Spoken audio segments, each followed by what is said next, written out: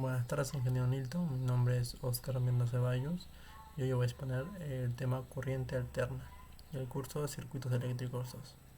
Bueno, comencemos. La introducción.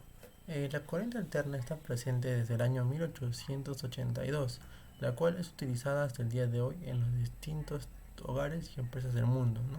Como ustedes ya saben, la corriente o la electricidad es lo primordial, ¿no? En los hogares del día de hoy, para las comunicaciones, para las clases virtuales, ¿sabes? Para todo, para la medicina, la comida, todo, ¿no? Bueno, este material didáctico tiene como finalidad dar a conocer la definición, la historia, la utilidad, los componentes y ejemplos de los circuitos de la corriente alterna. Siguiente. Bueno, la corriente alterna.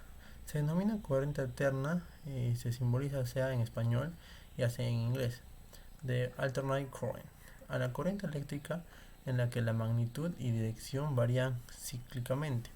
La forma de onda de la corriente alterna más comúnmente utilizada es la de una onda senoidal.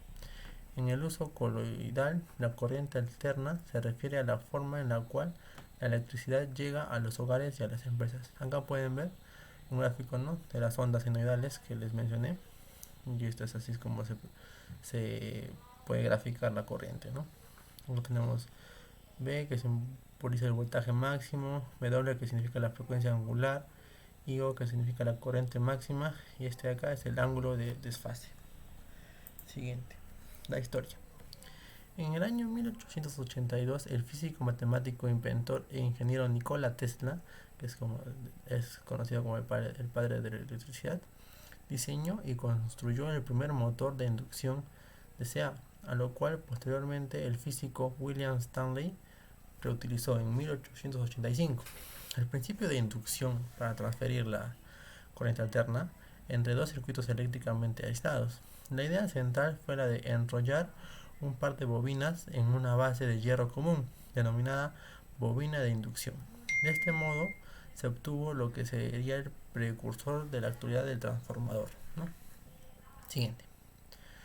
Ahora tenemos el uso de la corriente alterna. Una de las principales razones del amplio uso de la corriente alterna es que minimiza los problemas de transmisión de potencia, ya que viene determinada por su facilidad de transformación, cualidad de la que carece la corriente continua. Además, su transporte o distribución en las líneas trifásicas la hacen más económicas y seguras. Entonces, una pequeña conclusión es que la corriente alterna es mucho más viable, mucho más segura que la corriente continua, ¿no? Luego, existe otra ventaja del uso de la corriente alterna. Las máquinas eléctricas, como los motores, están mejores diseñados para el uso de la corriente alterna que para la corriente continua. De hecho, los motores de corriente alterna son más sencillos de fabricar y más robustos que los motores de corriente continua, ¿no? ¿Ves? ¿No? Como les dije ya hace un momento, la corriente alterna es mucho mejor, mucho más eficiente en la industria que la corriente continua, y también en el hogar es mucho también más segura, ¿no? Ahora les voy a hablar sobre los circuitos monofásicos y trifásicos. Tenemos el voltaje en monofásicos, que poseen una naturaleza senoidal, y acá podemos ver que V significa VO, que es el voltaje, coseno, que este es igual al voltaje total más el ángulo, ¿no? Ahora tenemos la I, que es lo mismo. Acá podemos ver las ondas senoidales, ¿no?, que les hablé. Siguiente. Luego dice, la generación de voltaje en monofásicos. Tenemos acá la ley de Faraday, que lo voy a explicar un poquito más adelante. Luego, tenemos resistencias. Tenemos la resistencia en ohm, tenemos la capacitancia, que es en microfarad, tenemos la inductancia, que es en milihenries, ¿no? Luego, tenemos la fase del voltaje según la resistencia. Tenemos la resistencia común, que se taquea como, sí, creo que lo deben conocer la mayoría, que está en varios aparatos eléctricos, ¿no?, en pequeños, más que todo. Tenemos la capacitancia, estos ya están en circuitos un poquito más complejos, pero también se encuentran en el hogar, ¿no? Y tenemos la inductancia, como lo pueden ver aquí, que es tipo un aro con varios hilitos de cobre. Ahora tenemos los hertz. El Hertz es utilizado mundialmente como un elemento de referencia para medir la frecuencia de las unidades de tiempo en diferentes áreas y campos científicos, siempre que se hable de eventos periódicos. No obstante, aunque se produzca un constante cambio de polaridad, la corriente siempre fluirá de polo negativo al positivo, tal como ocurre en las fuentes de FEN, que también las voy a hablar más adelante, que suministran corriente directa. Acá está la FEN. Se denomina fuerza electromotriz, entre paréntesis FEN, a la energía proveniente de cualquier fuente, medio o dispositivo que suministre corriente eléctrica. Para ello se necesita la existencia de una diferencia de potencial entre dos puntos o polos, uno negativo y otro positivo, de dicha fuente, que sea capaz de bombear o impulsar las cargas eléctricas a través de un circuito cerrado. Acá pueden ver el circuito cerrado. Luego tenemos las pilas y baterías. Nos dice que son las fuentes FEN más conocidas del gran público. Generan energía eléctrica por medios químicos. Las más comunes y corrientes son las de carbón y zinc. Y las alcalinas, ¿no? Que cuando se agotan no admiten recarga, ¿no? Estas corrientes que las baterías que tenemos en casa, las pilas, ¿no? Hay algunas que, ¿no? Como dice aquí, tienen una sola vida y que si se acaban ya no se puede recargar. Pero hay otras, sin embargo, por ejemplo, que hemos visto en los niños, ¿no? En los carritos de control remoto, que se recargan esas baterías. Pero las pilas como las de control del televisor, pues solamente tienen una sola vida y al acabarse, pues ya se tienen que botar. Luego tenemos un ejemplo.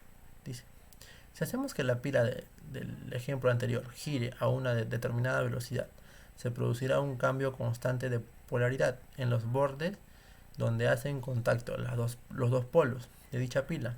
Esta acción hará que se genere una corriente alterna tipo pulsante, cuya frecuencia dependerá de la cantidad de veces que se haga girar la manivela a la que está sujeta la pila para completar una o varias vueltas completas durante un segundo, ¿no? Esto nos dice que la corriente alterna pulsante de un ciclo por segundo o hertz, y también la corriente alterna se utiliza en viviendas, semáforos y alumbrado público, ¿no? Siguiente. Ahora tenemos el bohr.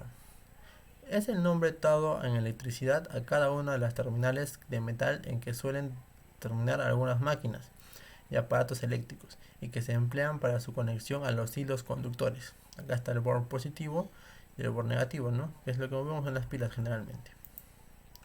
Ahora tenemos el circuito trifásico. Tenemos el circuito en estrella y el circuito en delta. Tenemos la generación de voltaje en trifásicos. Acá tenemos el desfase, que es de 120 grados entre los voltajes. Acá podemos ver más ondas senoidales, pero ya tenemos 3, por eso se llama trifásico.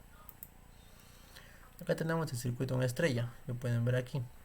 Que tenemos el voltaje lineal, ¿no? Que su fórmula es B raíz de 3, voltaje en fase, ¿no? Acá tenemos el voltaje lineal, ¿no? Y así. Acá tenemos el circuito en delta, que nos dice que el voltaje es igual a toda la conexión. Ahora, las ventajas del uso. Su transporte o distribución en líneas trifásicas la hacen más económicas y seguros que si fuera corriente continua. Además, su sistema trifásico es un sistema de producción, distribución y consumo de energías eléctricas, formado por 3 corrientes alternas, monofásicas de igual frecuencia y amplitud. Y por último, la otra ventaja es su transformación. La corriente alterna se puede transformar y variar con un transformador. En cambio, la corriente continua no se puede transformar con un transformador. Es cierto que se puede reducir la corriente continua, pero no se puede aumentar. O sea, se puede transformar, pero no aumentar más corriente, ¿no? Por eso es un poco más segura, más estable y fácil de manejar para las empresas y para colocarlas en el hogar. Bueno, eso sería todo. Muchas gracias, ingeniero. Gracias por su atención.